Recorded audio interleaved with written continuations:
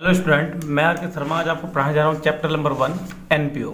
और आज का हमारा टॉपिक है रिसिप्ट एंड पेमेंट अकाउंट और ये हमारी सीरीज 5 है और आज हम क्वेश्चन नंबर 4 पर डिस्कस करेंगे। कहता है कि from the flowing information of every prepare receipt and payment account on 31 March.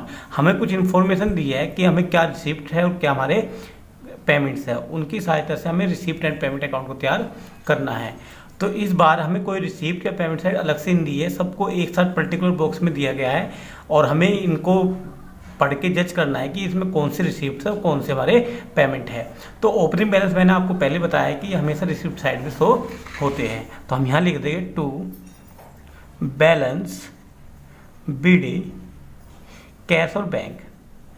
Cash और बैंक, कैश हमारे है 50,000 और ये है 60,000। 50,000 और 60,000, 1,10,000। फिर है सब्सक्रिप्शन रिसीव, तो उसे यहाँ लिख देंगे टू सब्सक्रिप्शन।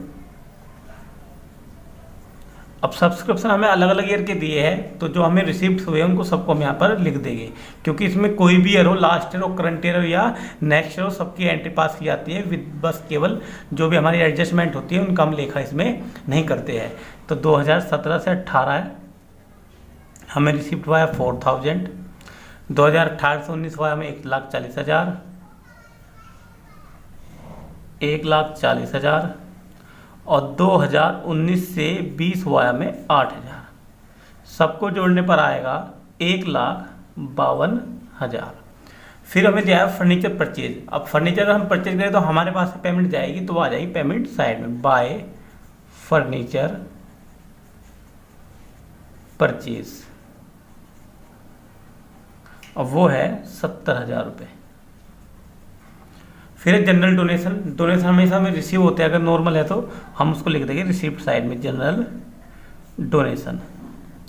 इसके लिए कि जनरल डोनेशन कहाँ पर आता है या फर्नीचर कहाँ पर आता है, इसके लिए हमारी आप सीरीज फर्स्ट देखिए, जिसमें हमने आपको रिसिप्ट एंड पेमेंट अकाउंट का फॉर्मेट और उसकी डेफिनेशन पर डिस्कस किया है।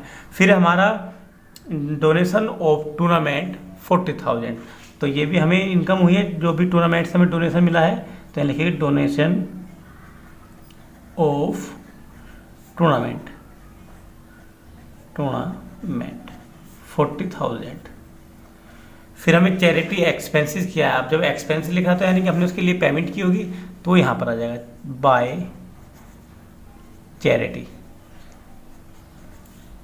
30,000, सॉरी 10,000 है।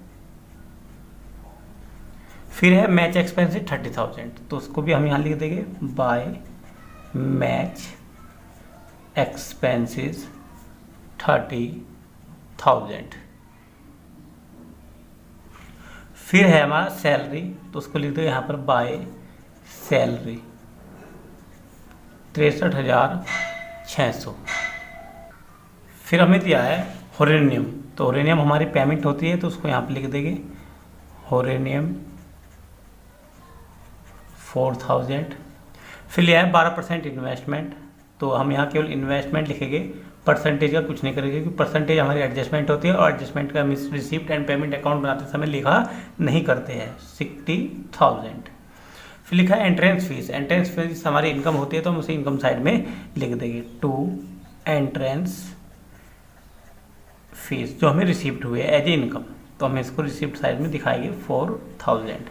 फिर इंटरेस्ट मिला हमें इन्वेस्टमेंट पे, तो ये हमारी इनकम हो जाएगी, उसे हम लिख देंगे इंटरेस्ट ऑन इन्वेस्टमेंट।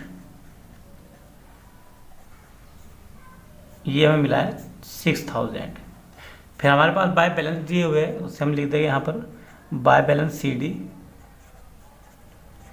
ये हुए हैं कैश और बैंक, तो कैश दे रखा 24,000 और बैंक हमें फाइंड करना है, तो हम इस वाले अमाउंट में से इन सबको घटाकर जो भी आएगा वो हमारे बैंक के नाम से आ जाएगा। तो इन सबको जोड़ने पर हमारा अमाउंट आ रहा है 3,32,000। 3,32,000 और फिर उसमें से हम ये सब अमाउंट घटाएंगे और 24,000 भी घटाएंगे, तो घट के आएगा हमारे पास 70,400।